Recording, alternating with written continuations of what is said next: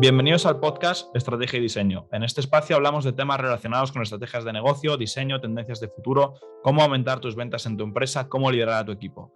Somos Antonio Fernández Olombrá, diseñador industrial, profesor universitario y CEO en el estudio Blast Design desde Madrid, España. Y Carla Enriqueta López, diseñadora, coach ejecutiva y directora académica en el TEC de Monterrey.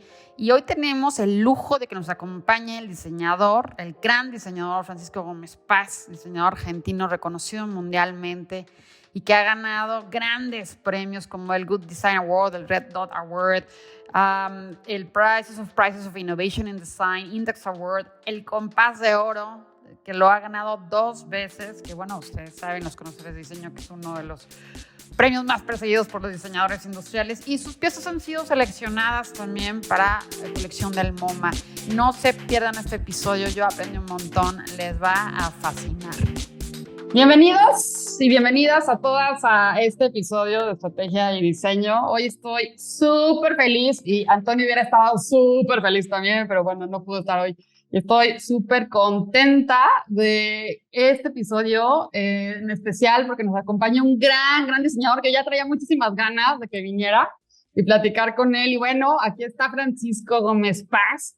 ¡Qué emoción! Les cuento rápido porque ahorita les va a contar. Francisco pues es argentino y bueno, ha trabajado entre Milán y entre Argentina, mucho tiempo en Milán también, y ha ganado premios interesantísimos del diseño y además me encanta su diseño. Yo me acuerdo cuando estudiaba en la universidad, ya nos mencionaban a Francisco Gómez Paz, su diseño, y bueno, él ha ganado premios como el Good Design Award, el Red Dot Award, también el Index Award, el Compaso de Oro, ha salido publicado en todas las revistas que se puedan imaginar. Entonces, bueno, tenemos aquí a un gran gurú, a un gran diseñador de Argentina para el mundo, que es Francisco. Y bueno, bienvenido, Francisco. Bueno, muchas gracias por la invitación. Un gusto estar acá con ustedes. Al contrario, Francisco, gracias por tu tiempo. Sé que estás muy ocupado y gracias por estar aquí acompañándonos. Y bueno, Francisco, para comenzar, a mí me encantaría que pues te presentaras, que te conocieran un poquito de ti. Yo, bueno, he leído bastante, me he documentado de lo que haces, dónde andas, pero que te conozcan las personas, la comunidad, sobre de ti, tus comienzos, tu trayectoria. Adelante. Es siempre difícil así resumirla, pero bueno, soy argentino, nací en Salta, que es al norte de la Argentina, una ciudad también colonial, así que tiene algo en común con San Luis de Potosí, bastante colonial, bastante tradicional, y siempre desde chiquito esta fascinación, una curiosidad inmensa por cómo estaban hechas las cosas. O sea, lo que más, digamos, creo que fue determinante para elegir esta carrera es la curiosidad sobre cómo estaban hechas las cosas y tratar de hacer cosas nuevas desde mi más temprana edad. Yo era disléxico, entonces el colegio lo odiaba todo lo que me hacían hacer en el colegio, y mi refugio era mi sala de juegos acá en mi casa, que agarraba los juguetes y los desarmaba para hacer cositas nuevas. Y esa actividad es la actividad que perseguí toda mi vida hasta el día de hoy. Sigo haciendo más o menos lo mismo, ahora con un título de diseñador, pero la actividad es muy parecida. Y bueno, esa pasión me fue llevando a moverme, ¿no? Desde Salta fui a estudiar a Córdoba, en Argentina, a estudiar diseño. Carrera que me fascinó desde el inicio. Me encontré completamente apasionado por todo lo que tenía que ver con el diseño. Entonces no fue para nada un esfuerzo. En cambio, luego me fui a hacer un máster a Domus en Italia, y desde ahí pasaron millones de cosas. O sea, me fui muy joven porque yo empecé la escuela muy temprano, terminé la universidad muy temprano. Entonces me fui muy joven por un año y me terminé quedando permanentemente 16 años. Viví en Italia y ahora vivo la mitad del tiempo entre Italia y Argentina, porque tengo un taller experimental acá en Argentina que es bastante alejado, digamos, del ruido de Milán, digamos, un lugar muy lindo, muy tranquilo, con un taller muy estructurado, con muchas máquinas y todo lo necesario para seguir jugando, digamos. Y bueno, ese es un resumen así muy rápido. Pasaron millones de cosas en el camino. Apenas terminé mi máster en Domus, gané un premio muy importante que había hecho BMW para un auto de la Ciudad del Futuro, y eso fue uno de los motivos que me hizo quedar en Italia, porque fue un premio muy grande, con mucha comunicación, con lo cual sucedieron un millón de cosas, que me den el permiso de estadía, digamos, que era complicado, porque yo no tenía ciudadanía europea, así que también tenía que tener permiso de estadía y muchísimas cosas, y eso fue uno de los detonantes que hizo que me quede en Italia. Y de ahí, bueno, muchísimas cosas. Es difícil ir contando paso a paso, pero pasaron muchas cosas y en secuencia, que hacen que hoy haga lo que me gusta, básicamente. Buenísimo, Francisco. Oye, me encanta esta parte de que nos cuentas de tu estadía en Milán, ¿no? Y ahora esta parte en donde estás entre Milán y Argentina, que Sí. así estás trabajando, por lo que he leído y por lo que escucho de ti. Y a mí me gustaría saber cómo es que unes estos dos puntos, porque definitivamente unir estos dos puntos debe de tener alguna connotación importante en la parte creativa, ¿no? O sea, toda esta cultura milanesa italiana con tus orígenes y con, me imagino también, la influencia de tener el taller en Salta en un lugar, como lo acabo de decir, más apartado. Y el unir estos dos puntos debe de tener algo la unión debe ser muy interesante, ¿no? Con respecto a tu... Es así, fue parte de un proyecto decidido, digamos.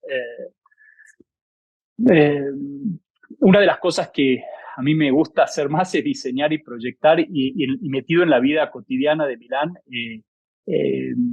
constantemente estabas mezclando una actividad de foco sobre tu proyecto, de trabajo sobre tu proyecto, muchísimas otras actividades, ¿no? Entonces me parecía que podía ser muy interesante como dividir estas dos situaciones, tener un lugar realmente, yo llamo un templo, donde trabajo y lo único que puedo hacer y hago es eso, un poco de deporte y hago eso. Y Milán, que tiene muchísimas otras actividades. De hecho, estoy un mes y medio más o menos. En la época del COVID era más diferente, era más difícil viajar, y bueno, eso complicó un poquito, pero por 8 años a esta parte, 7, 8 años vengo viviendo la mitad del tiempo así, un mes y medio más o menos en una parte y un mes y medio en la otra. Así que desde el punto de vista proyectual, lo que me interesa es eso, tener un momento de foco y concentración meditativo, de experimentación profunda y libre en el proyecto, que después me permite como cumplir fases, ¿no? Siempre trato de terminar las cosas cuando estoy en Salta, terminarlas y darle un cierre. En cambio, en Italia se hacen muchísimas otras actividades. Importante una dimensión cultural, tener un lugar donde podés ir a muchísimas muestras de arte, muestras también de diseño. Entonces te enriqueces mucho culturalmente, y también la parte, digamos, de relaciones con las empresas, que es fundamental, ¿no? Las empresas con las cuales uno trabaja, que sientan que uno está cerca, de hecho, que prácticamente no han notado mi distancia, digamos.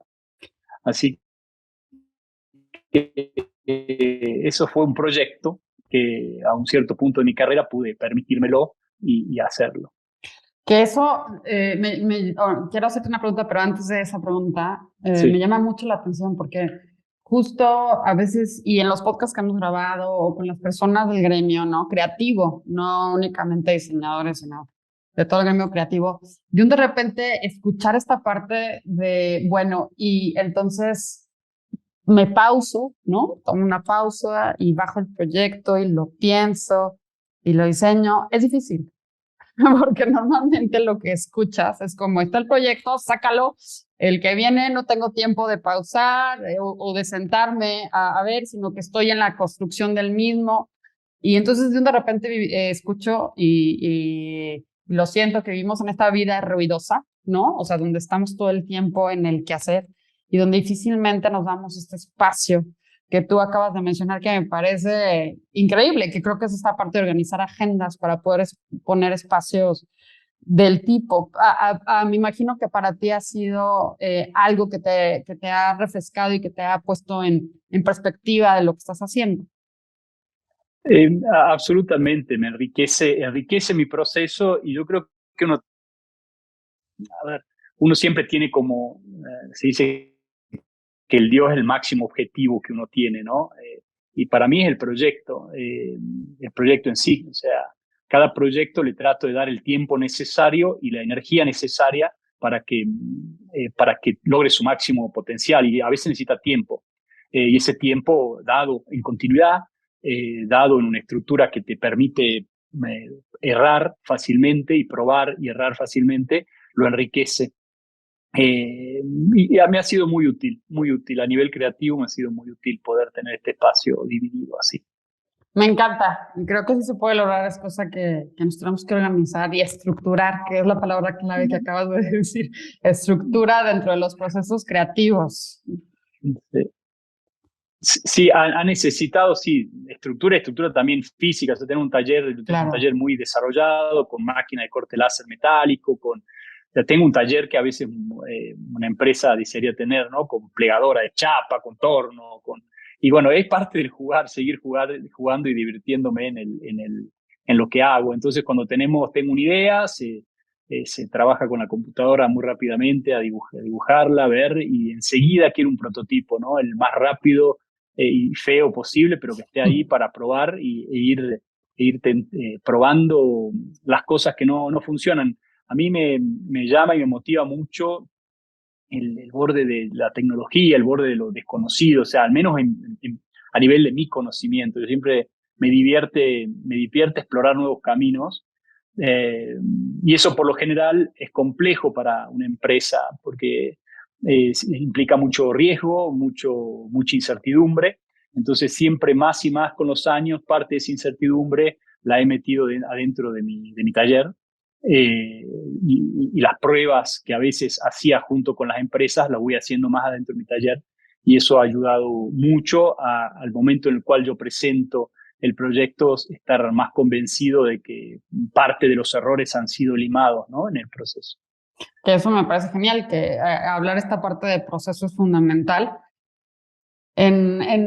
Escucho palabras clave, ¿no? Como estructura y procesos, que son fundamentales en la parte del diseño, en la parte de la concepción, y sobre todo cuando estás trabajando con empresas, que tener a una persona como tú que tiene estos espacios donde puede experimentar, debe de ser fabuloso, ¿no? Y en ese sentido, tú tienes un taller experimental y te gusta la tecnología, entonces a mí me gustaría que nos dieras un panorama de lo que tú ves con respecto a esto, ¿no? O sea, cómo va avanzando el diseño con la tecnología, qué es lo último que tú has tratado con nuevos materiales o tecnología en el diseño y qué has descubierto en estos procesos.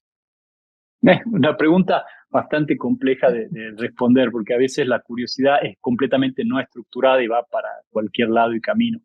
Pero yo noto, a ver, y cuando hablo de diseño, yo hablo de una cierta tipología de diseño. O sea, yo me muevo en un mundo bastante chico, que es el diseño italiano, con empresas italianas que, bueno, son reconocidas internacionalmente, pero son relativamente pequeñas.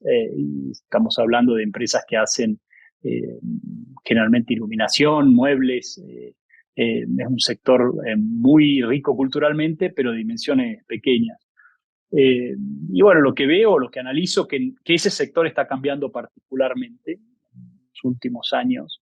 Ha habido cambios generacionales importantes, donde viejos emprendedores muy visionarios han ido dejando la dirección de empresas. Entonces, está habiendo un cambio muy radical en la escena de la producción de diseño italiana, que no sé si es la más adaptada a la generación de nuevas visiones, nuevas ideas e innovación. Hay excepciones, como siempre, pero por lo general se está yendo un poco a una homologación y donde también han llegado fondos de inversión, comprar empresas, donde las lógicas no son las lógicas digamos, históricas que generaban la diferenciación en el diseño italiano, y eso ha cambiado un poco el panorama.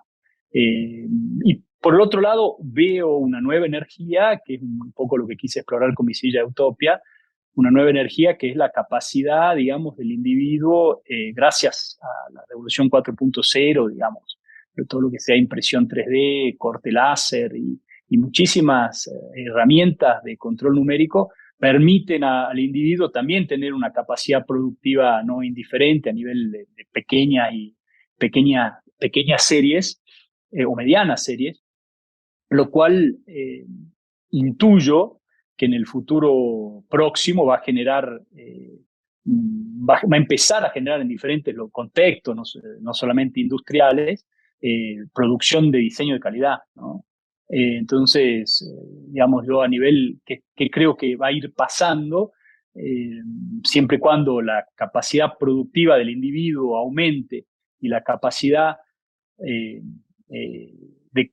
innovación de la empresa disminuya, se van a ir acercando a nivel creativo, ¿no? Y vas a empezar a encontrar cosas más interesantes en pequeñas producciones de gente curiosa con pequeñas herramientas de control numérico que grandes empresas como lo era por lo general. Eso es un poco lo que intuyo a un futuro breve a medio término. Siempre hay patas que todavía no funcionan del todo, como es la pata distributiva, es muy complejo distribuir productos, más si lo querés hacer a nivel mundial, etcétera. Pero eso va a ir cambiando, van a ir apareciendo herramientas que permitan que eso suceda. Así que yo soy bastante entusiasta, digamos, de un futuro donde el individuo va a aumentar su capacidad del hacer. Porque creo en la capacidad creativa de la gente, de las personas, y siempre y cuando sea más democrático el crear cosas nuevas, va a generar mayores energías y en lugares inesperados. De hecho, que eso fue el intento que hicimos con Utopia, con la silla Utopia que después ganó el Compás de Oro, fue lograr acá en este taller en Salta producir una silla de calidad industrial, por más que no teníamos una potencia industrial, ¿no? Y de repente esa misma silla, esta silla hecha en este contexto, logró ganar un premio que generalmente es dado a importantes empresas que facturan cientos de millones de dólares. Entonces, ese cambio de los poderes del hacer me interesa mucho. Más allá de hablarte de una tecnología en particular u otra, seguramente todo lo que sea fabricación aditiva, fabricación a control numérico, para mí es parte de la personalización futura del hacer y la personalización futura del diseño, donde va a ir conectando más el creativo con el consumidor final. Digamos, durante la revolución industrial se desconectó el artesano que pensaba la cosa y quien la compraba, ¿no? Antes ibas a un artesano que te hacía la silla para vos. De repente apareció la revolución industrial que permitió que tengamos la cantidad de objetos que tenemos, que es maravilloso, porque si no, el mundo no sería lo que es hoy, y generó la figura del diseñador industrial, que era quien gestionaba esta complejidad del hacer en este modo industrial, y le ponía su arte a los objetos, ¿no?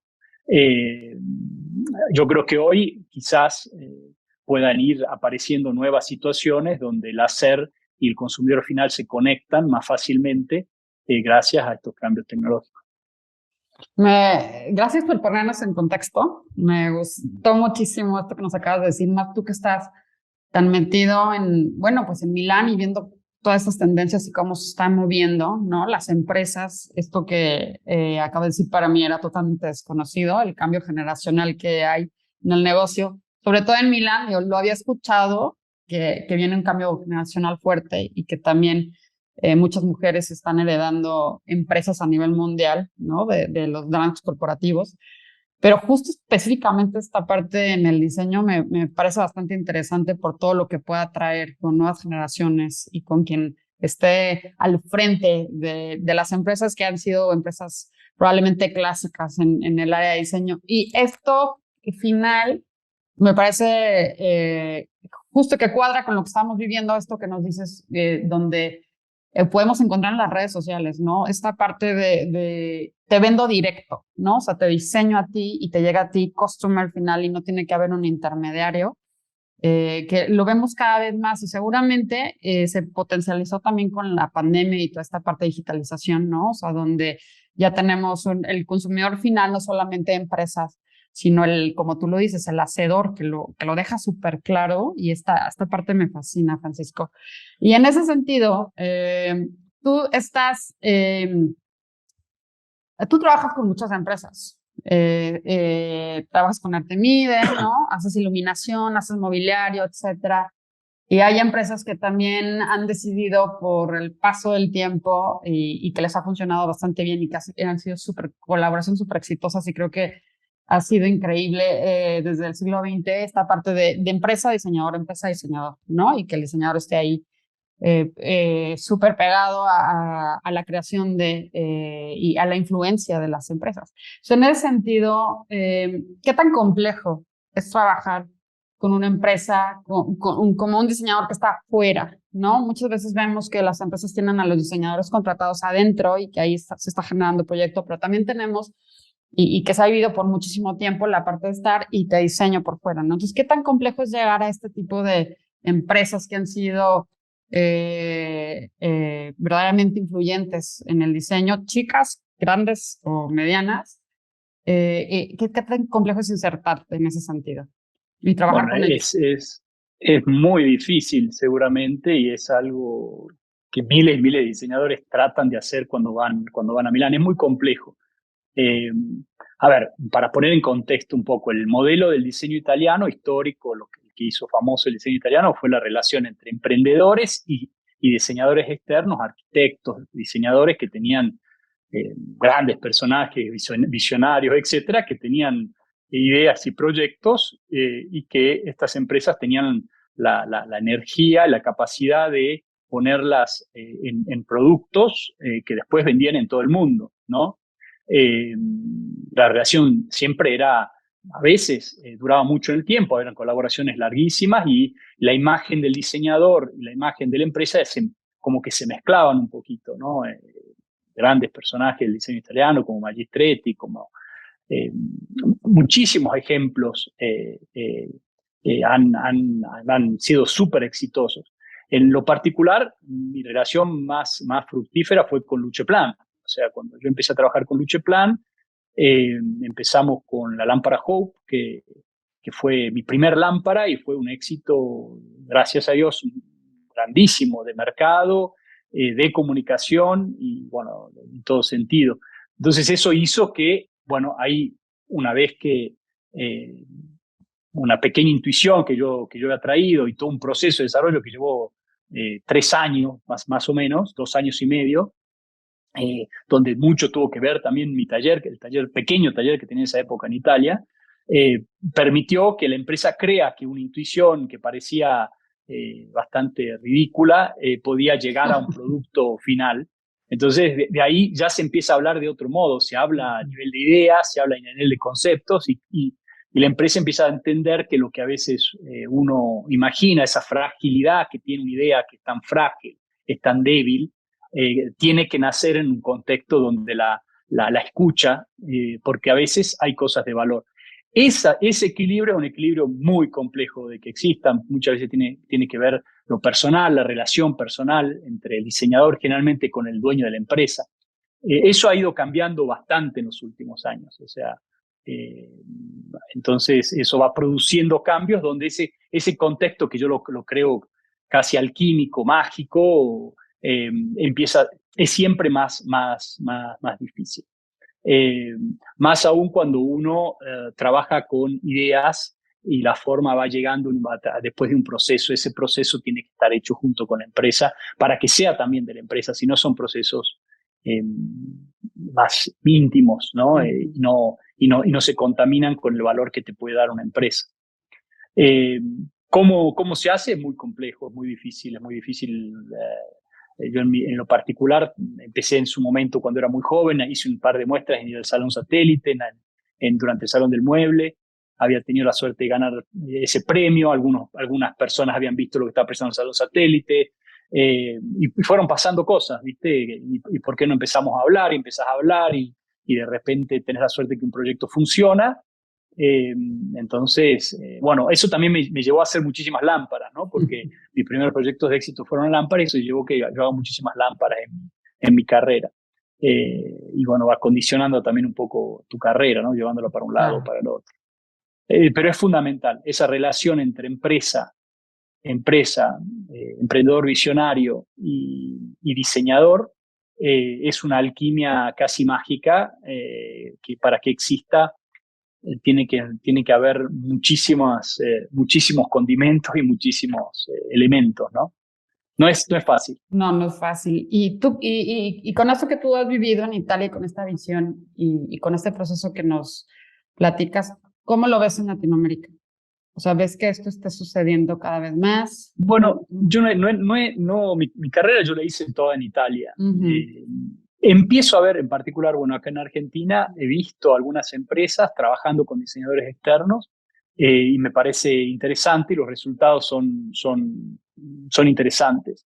Yo creo que es el mejor modelo de trabajo. Sí necesitas diseñadores internos y un equipo de ingeniería interno en la empresa, pero la visión que te trae una personalidad, un diseñador con una personalidad, con una visión, etcétera, generalmente enriquece la empresa, el ojo de afuera, enriquece la empresa, ¿no? Entonces, para mí es un modelo súper válido y para la empresa lo mejor que le puede pasar porque si tiene la suerte de encontrar el diseñador justo o varios diseñadores justos, tienen diferentes puntos de influencia, puntos de visiones que van plasmando al final de cuentas el destino de la empresa, ¿no? Hay proyectos que han hecho empresas, o sea, diseños de diseñadores externos que terminaron generando la riqueza de una empresa. Miles son los ejemplos en Italia de ese modelo virtuoso. En cambio, muchas veces un diseñador interno está condicionado del sistema, de las complejidades del sistema, de las máquinas que tiene la empresa, de la situación que tiene la empresa. Y bueno, que creo que tiene otras virtudes y para algunos sectores interesante, para otros menos. Gracias, gracias por ponernos en contexto y hablando de esto me parece súper rico. Y en ese sentido de empresa, producto del valor que le aporta un diseñador, que es grandísimo, como tú lo acabas de decir, y de los procesos de los que hemos hablado, no, seguramente, o no sé, a lo mejor no, a lo mejor todos los proyectos han sido relativamente en el proceso, han tenido sus retos. Pero ¿hay alguno en particular de los proyectos que tú has desarrollado que digas, este proyecto fue el más retador por esto, por el proceso de tecnología, empresa, diseño, o hay algo que dijeras, híjole, este sí, o todos llevan un proceso similar, o algo que tú digas, esto me costó más? Generalmente mis procesos son bastante largos, ¿no? Uh-huh. Un proyecto medio lleva 2 años de desarrollo. Tengo proyectos en el caldero que van ya 7 años y todavía no he logrado producirlas, que son extremadamente innovativos, lo eran hace 7 años y siguen siendo hoy, y son los que más dificultad encontrás a la hora de que la empresa se convenza en transformarlo en realidad. El proyecto que más, digamos, es una lámpara que se llama Nothing, que es una lámpara que nace después de haber hecho Hope, es la primera lámpara LED que yo hago, en la cual tenía la idea de imaginarme una lámpara como si nunca hubiera existido una lámpara antes, ¿no? Imaginamos que hoy aparece el mundo y aparece esa tecnología LED, y entonces hice un esfuerzo intelectual, conceptual, de borrar cualquier tipo de arquetipo que venía de tecnologías diferentes. O sea, generalmente con el tiempo las soluciones tecnológicas van generando arquetipos que funcionan, que después van quedando en el tiempo y se van sedimentando y después son muy difíciles de cambiar. El ejemplo más claro es cuando apareció el primer automóvil, tenía una forma de una carroza, por más que no tenía nada que ver con la carroza y los caballos no estaban adelante. Pero el arquetipo era tan fuerte que fue difícil y pasó años que se empiece a imaginar un nuevo modo de imaginarse un vehículo que no tenía caballos. Entonces, mi esfuerzo fue el tratar de cancelar cualquier tipo de arquetipo pasado, imaginarme una lámpara que empezaba en ese momento. El LED está hecho, es un elemento electrónico que vive en un circuito, entonces empecé a trabajar con un circuito plano, un circuito impreso. Es una tecnología muy interesante que logra meter una gran complejidad en un proceso bastante único, en el cual a través de serigrafías, de cortes químicos, de proceso de soldadura, es un proceso muy, muy bien, muy establecido, muy, digamos, que a nivel industrial funciona muy bien para hacer enorme cantidad de cosas, o sea, todos los circuitos de las computadoras, imagínate, de cualquier cosa que sea electrónico, y es un proceso bastante económico. Entonces mi desafío fue hacer de ese circuito una lámpara, o sea, que a través de unos cortes yo lograra, a través de un proceso de apertura, que aparezca mi lámpara como mágicamente, si bien había nacido en un elemento plano. Y fue una locura porque, a diferencia de los otros proyectos, que uno se va imaginando el resultado final y va yendo de la parte de idea al resultado final, dibujando para aquí, para allá, haciendo prototipos, etc. En este caso, el resultado final venía de qué cortes yo podía hacer en este circuito y la forma cambiaba enormemente. Entonces era un poco como diseñar un DNA, o sea, uno generaba ciertos cortes y la forma definitiva del objeto cambiaba rotundamente. Entonces, cada dibujo de estos cortes me podía llevar 3 o 4 días o 5 días, y después se hacía el prototipo y capaz que no funcionaba y no había modo de cambiar, modificarlo ahí. O sea, armado no lo podías modificar. Tenías que imaginártelo desplegado y cambiar los cortes y volver a hacerlo. La cuestión es que hicimos 130 prototipos. De hecho, después hicimos una muestra con esa producción de prototipos gigantesca. Fue súper complejo, me llevó muchísimo tiempo. Y para mí fue una exageración conceptual, o sea, no fue un proyecto que haya tenido particular éxito comercial. Fue muy interesante y fue un manifiesto, digamos, de un modo de pensar libre, etc. Pero fue un esfuerzo colosal. Llegar a un resultado fue muy complejo. El resultado es esta lámpara que viene en un packaging todo diseñado, uno tira de una parte y de otra y te aparece la lámpara. Después con unas pequeñas patitas y unos imanes, esta lámpara se proyecta a una pared, usa como difusor la pared, entonces es una especie de sombra que produce luz. Seguramente me ayudó a los proyectos que vinieron después, o sea, Mesh nace un poco de eso, y Mesh fue un proyecto que llevó un año de trabajo y fue un éxito rotundo de mercado y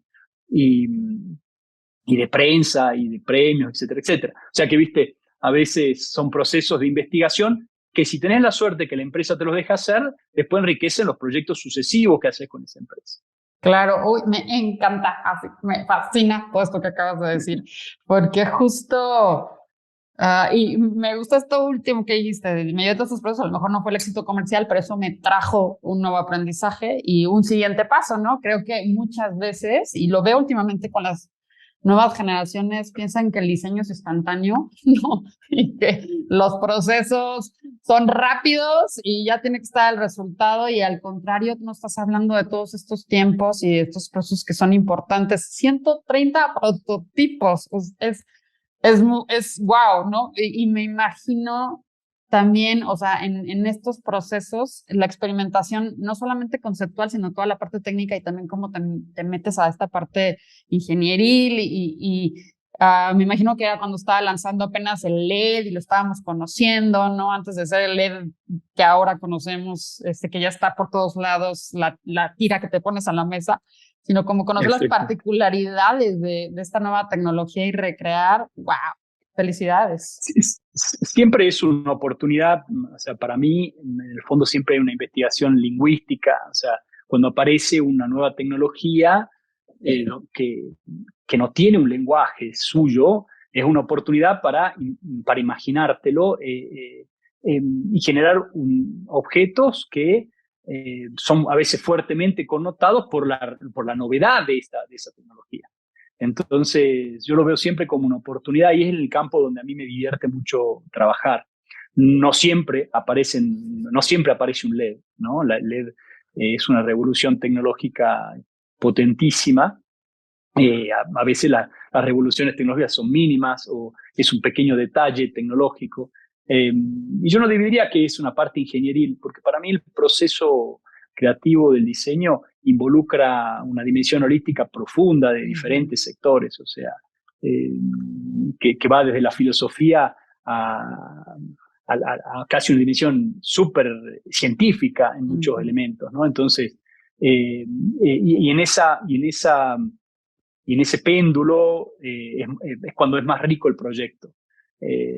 Cuando uno puede ir desde ideas de cómo querés que sea el mundo, por eso una dimensión muy filosófica, de dónde crees que tiene que ir, y después encontrando las dimensiones técnicas súper específicas que hacen que esa visión pueda llegar a ser posible. Para mí, en ese contexto es donde el diseño encuentra su máximo potencial, que para mí es el de estructurar el caos de lo desconocido y estructurarlo en algo comprendible por su especie en ese momento. Por eso el éxito comercial es importante para mí, porque el éxito comercial quiere decir que fuiste acertado en estructurar esa dimensión de novedad en tu tiempo, ¿no? Porque tu tiempo te lo aprecia y lo quiere. Si no logras esa dimensión, queda a veces en un ejercicio, como lo fue Nothing, terminó siendo un ejercicio que sirvió, pero no tuvo, para mí como proceso entendido como proceso de diseño completo, le faltó esa dimensión de lograrlo, hacerlo aceptar, que sea aceptable por su tiempo. Sí, que la parte comercial que dices, pero que al final te trajo todo este conocimiento para llevarlo al éxito, lo siguiente, ¿no? Que, híjole, eso es fundamental. O sea, el haber descubierto todos estos hilos en ese proyecto te lleva al siguiente paso, ¿no? Y creo ahí, a veces, lo he visto, ¿no? Que también de repente los proyectos no funcionan de la manera que quisiéramos que funcionaran, o lo vemos así, yo lo veo yo veo que lo que tú lo dices de una manera totalmente diferente y me está dejando un gran aprendizaje, y espero que a nuestros escuchas también, porque de repente nos casamos con esta idea de, pues no está funcionando, no tuvo el éxito comercial, no sirvió, ¿no? O no se generó en este momento y no sirvió, o fue un desperdicio de tiempo. Y al contrario, tú nos estás poniendo esta nueva perspectiva de toda la riqueza que puede tener un proyecto en la parte experimental y de proceso, que eso es fundamental y que a veces se nos olvida, ¿no? En ese sentido. Y te lo agradezco muchísimo, porque creo que hay que poner las cosas en perspectiva, en pensar que un buen diseño y un buen concepto lleva su tiempo y ya su proceso, ya su experimentación. En ese sentido, me encanta. Gracias, Francisco. Y porque a veces nos hacen esas preguntas, muchas veces en la comunidad, ¿no? Y a veces es difícil hablar de esta parte de los procesos. Y también a veces es difícil de hablar de los procesos creativos con empresas, por esta parte del tiempo, y tú no lo has explicado hoy de una manera precisa. Y bueno, hablando de esto, quisiera también que nos contaras qué significa para ti, o sea, qué hay detrás, ¿no? Del significado que tiene para ti, no solamente en estos momentos, sino de lo que viene y de lo que es recibir un premio como el Compasso de Oro. Bueno, yo tuve la suerte de ganar 2 Compás de Oro. Uno con la lámpara Hope, que tenía 35 años, en un contexto, era un poco el sueño lo había visto cuando estaba en la universidad y qué sé yo, diciendo esas cosas. Encima, el nombre, el Compás de Oro, era como, Sí. como un mito que tenía ahí. Fue una alegría enorme, una satisfacción enorme. Y son esas cosas que de repente te muestran que en lo que crees profundamente hay un valor más allá de que pueda ser tu propia imaginación, ¿no? Que es una duda que creo que acompaña a cualquier persona que quiera hacer algo propio, ¿no? Siempre uno tiene la duda que lo que vos le ves valor, los otros no, y bueno, es una duda que uno va respondiéndose a medida que algunas cosas van pasando. Y el Compás de Oro ha sido una hermosa, en ese momento, una hermosa ratificación, que es ilusión, esa primera intuición de proyecto, que después con mucho esfuerzo, energía, se logró transformar en un objeto, y ese objeto después funcionó muy bien, y después te dieron era como una conclusión de ratificación a que ese modo de pensar que siempre me había sido un poco cuestionado, ¿no? O sea, yo tengo una profunda para mí el rol social del proyecto es siempre empujar las barreras de lo conocido más allá. O sea, ese es el rol social. Muchas veces se le busca, en particular en Latinoamérica, al diseño un rol social en resolver directamente los problemas, digamos, de las situaciones más desfavorecidas. Y está perfecto, ¿no? Está perfecto, yo lo he hecho, hice Solar Bottle, que tenía esa intención, etcétera. Pero con el tiempo fue descubriendo que también el rol social del diseño, que es para mí el principal, es lo que te decía recién, estructurar lo desconocido y transformarlo en una realidad querida por su especie en ese momento. De ese modo vas estructurando lo nuevo y lo estás haciendo, por ejemplo, en el caso del LED, imaginarse nuevos modos de iluminar con este elemento que la gente no entendía, no comprendía, y empezar a generar nuevas lámparas deseadas por la gente, hace que de repente se utilizaran 1000 watts para una lámpara de una cierta dimensión a que se pase a utilizar 30 watts. Entonces, en ese acto vos estás llevando vos decís, bueno, una lámpara. Bueno, pero miles y miles de lámparas que pasan de 1000 watts a 30 watts, hay un efecto en tu sociedad interesante de integración de la virtud de lo nuevo, ¿no? de un nuevo virtuoso. Yo siempre he luchado por eso y siempre ha sido un gran desafío luchar por eso. Porque es más difícil, porque generalmente lo que da serenidad a muchas partes, digamos, involucradas en el hacer, es lo que ya se sabe, no lo que no se sabe. Y en el caso de Hop fue así, porque era una primera vez que se usaba esta tecnología, la lente Fresnel usada en ese modo, para reemplazar el cristal. Había un montón de complicaciones y muchas luchas entre los actores de que ese proyecto no tenía sentido hecho así, etcétera, etcétera. Entonces, cuando eso funciona y se logra que llegue al mercado y que la gente lo aprecie, es una satisfacción enorme. Y el compás de oro cerraba, era como la frutilla en la torta, digamos, que daba enormes satisfacciones a este hecho. Años después, exactamente 10 años después, bueno, en esta pequeña ilusión de hacer esta silla fabricada acá en Salta, lejos de los contextos industrial, también para mostrar una contratendencia de un sistema un poco que está andando contra no quiero ser demasiado duro, un sistema que está abandonando algunos de sus fundamentales en la creación de lo nuevo, hacer un objeto así un poco underground, que nacía de estas tecnologías flexibles en un contexto no industrial, que era la silla Utopia, que nace muchas veces en las conferencias. Cuando yo terminaba la conferencia, terminaba diciéndole a los estudiantes esto, ¿no? O sea, dense en cuenta que hoy tiene una oportunidad increíble, tiene la capacidad de comunicarse para todo el mundo, cosa que yo no tenía a la edad de ellos. Tengo la posibilidad de influenciarme de todo el mundo, de comunicar lo que hago a todo el mundo, y tengo la capacidad de hacer hoy. Piensen que antes hacer se necesitaba sí o sí de un otro que te haga. Hoy podés hacer, gracias a estas tecnologías. Creo que hay una oportunidad enorme. Y bueno, termina con esto, está bien, interesante, pero termina diciendo, si vos lo decís porque trabajás con Lucheplan y no, entonces, cuando hubo un cambio político en Argentina, que a mí me interesaba, creía que podía cambiar un poco una eterna decadencia que tiene mi hermoso país. Entonces digo, bueno, voy a tratar de hacer algo en Argentina, que tenga valor en Argentina, que muestre un camino desde donde yo puedo, haciendo un objeto de diseño, y usar esta tecnología. Y era una idea así, no había una línea, no había ni siquiera qué tipo de objeto, no había nada. Entonces empecé con un amigo que se iba a encargar más de la parte después de la distribución, de la empresa, digamos, que hacía falta de todas formas. Y bueno, se empezó a plasmar, empezó a aparecer, decidí una silla porque nunca había hecho una silla, y empecé a trabajar así. Y bueno, y después de 3 años de desarrollo, un montón de prototipos, qué sé yo, apareció Utopia, la presenté al Salón del Mueble, hice una muestra en el Salón del Mueble, después empezó a vender la Galería Rossano Orlandi, empezaron a comprarla, la presentaron, fue elegida en la selección del Compás de Oro, y después, increíblemente, porque nunca esperé ni en los mejores de mis sueños, ganamos el Compás de Oro con esa silla.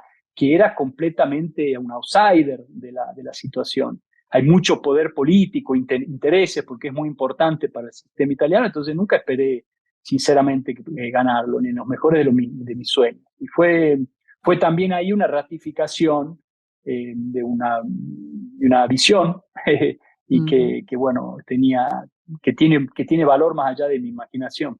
Wow, uf, qué cátedra. Me encanta esto que nos acabas de contar que hay detrás de esas cerezas en el diseño que tú haces. Y sobre todo esta silla que es preciosa. La tienen que buscar, por favor. Se las vamos a poner en redes sociales para que la vean. Es preciosa. Y si no, métanse en la página de Francisco. Ahí vienen todos sus diseños. Y esta en especial, desde que la vi me enamoré de ella. Es preciosa, aparte estéticamente. Tiene todo. Gracias, gracias. Una silla muy liviana, ¿no? Muy liviana, sí, delgadita. De bueno, se ve. 1800 gramos, una de las sillas más livianas de madera completa, es una de las sillas más livianas del mundo. ¡Wow! Y hicimos test de rotura en el estudio, hicimos máquinas para probar la resistencia en el tiempo, con una máquina que se usa en Italia, en Europa, para hacer test. Se le ponen 100 kilos a la silla y se empuja del respaldo, levantándole los dos pies de adelante y después soltándola de golpe, ¿no? Es como un chicotazo que se hace por 21.000 ciclos con 100 kilos arriba, que es muchísimo. Y bueno, y así fuimos cambiando detalles del diseño para que, entonces, y muy interesante cuando el proceso de diseño se involucra también en esa parte, porque fue condicionando un poco cómo fue cambiando el diseño para que los requerimientos estructurales, digamos, de prueba verdaderos, encajen en el objeto, ¿no? Fue súper interesante. Generalmente es muy difícil hacer eso cuando lo hace la empresa, porque se genera una desconexión cuando el proyecto va presentado y la empresa lo fabrica, ¿no? Porque a veces hasta hay tercistas en el medio, etcétera, etcétera. Entonces, esa integración del proyecto, del pensamiento del proyecto y la fabricación en un mismo contexto, todo junto, fue súper interesante. Un esfuerzo colosal, porque si trabajar con una empresa el esfuerzo es 10, acá el esfuerzo es 50, ¿no? Porque todo va cayendo siempre en los mismos actores. Qué bonito, qué bonito. O sea, y también conocer estos procesos. La silla simple vista, si ustedes la buscan y la ven, o sea, yo no la he visto físicamente, la he visto digitalmente y se ve esbeltísima, ¿no? Ligerísima. No sabía que pesaba esto, no me había metido a las especificaciones en la página. Pero wow, que tenga este peso, ¿no? Que esa ligereza visual se vea, que sea una ligereza también funcional en el proceso que tú nos estás diciendo, increíble. Fue un poco una casualidad en el sentido que siempre es una búsqueda de las sillas históricas como la Superleggera de Gio Ponti, etcétera, que han tratado de encontrar la síntesis estructural que permite gran liviandad. La Superleggera de Gio Ponti pesa 1.700 gramos. No tiene apoyabrazos y no es toda de madera, tiene la parte de bimini, la parte de donde uno se sienta, es un esterillado tensadito. Justo era lo que te iba a preguntar, ¿cuál era la diferencia en kilos con la Superleggera? Claro, son 100 gramos más la nuestra, si bien hemos hecho algunas versiones más livianas también, pero no es la idea, digamos, no tiene sentido, no es la idea ganar el premio de quién hace la silla más liviana. Sí era interesante que sea liviana, que estructuralmente sea inteligente, etcétera. Y bueno, eso ayudó mucho a la comunicación, mucha parte de la fotografía. Hicimos un video que simula que la levantamos volando con globos en un salar acá en Salta. Hice toda una campaña de comunicación y también seguí toda la campaña de comunicación, que fue súper interesante. Un video que permitió muchísimo también allá, ¿no? Porque ahí sirvió mucho la estética del lugar. Está en particular, acá yo estoy muy cerca de un altiplano, el altiplano andino, la Puna.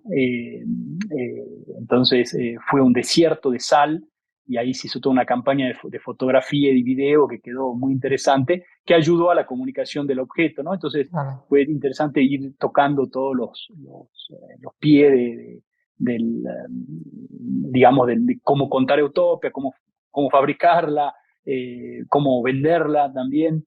Fue un gran aprendizaje para todos. Que esto es importantísimo, esto que estás diciendo, la parte de la comunicación, ¿no? ¿Cómo cuento la historia de esto, de este objeto? Sí, porque también tomamos decisiones bastante radicales, o sea, hacer venta directa solamente, que eso se va aprendiendo.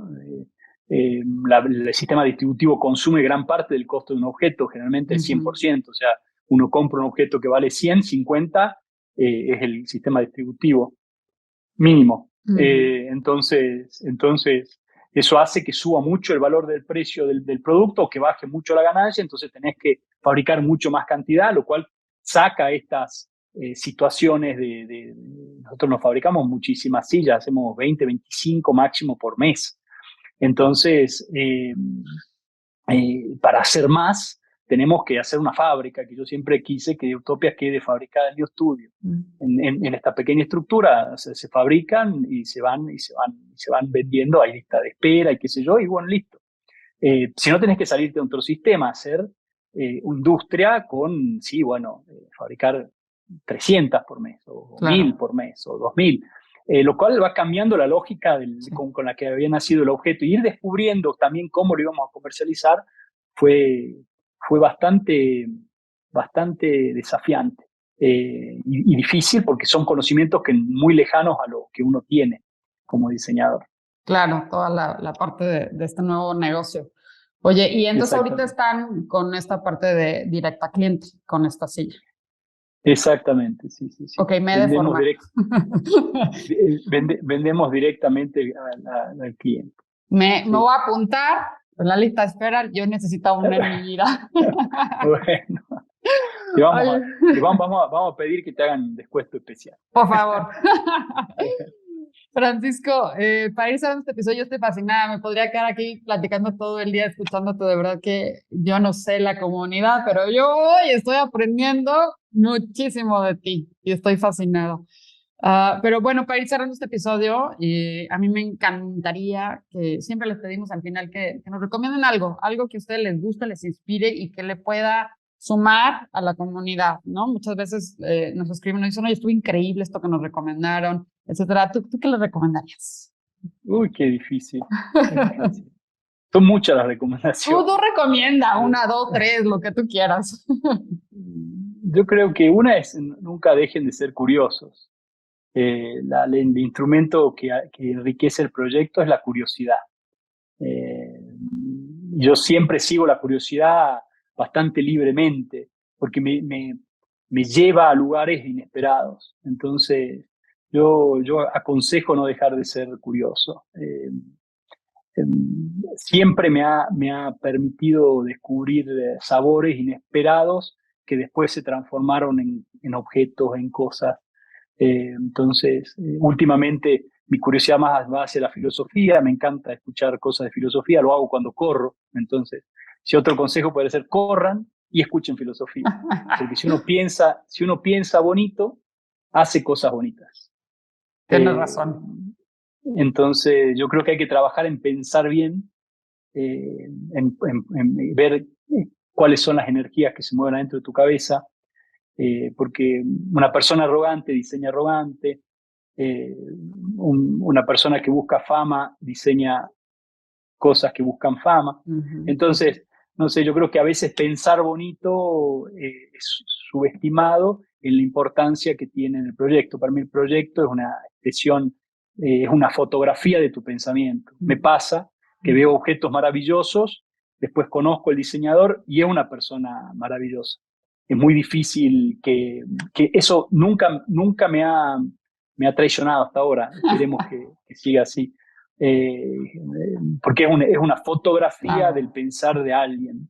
Entonces, la verdad implícita en ese objeto que yo admiro, la encuentro después en la persona. Bueno, espero que sirvan esos 2 consejos. Me fascinan. Están anotadísimos. Me falta correr, ya me voy a poner a correr.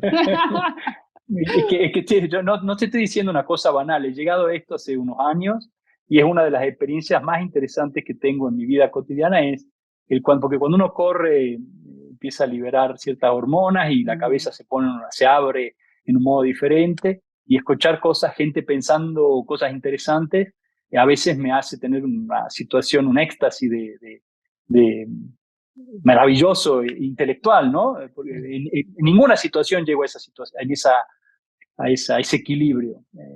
El único es corriendo, porque a veces corres 1 hora y media, etcétera. Entonces llega un punto que toda esta información empieza a jugar lindo en tu cabeza, y aprendo mucho también.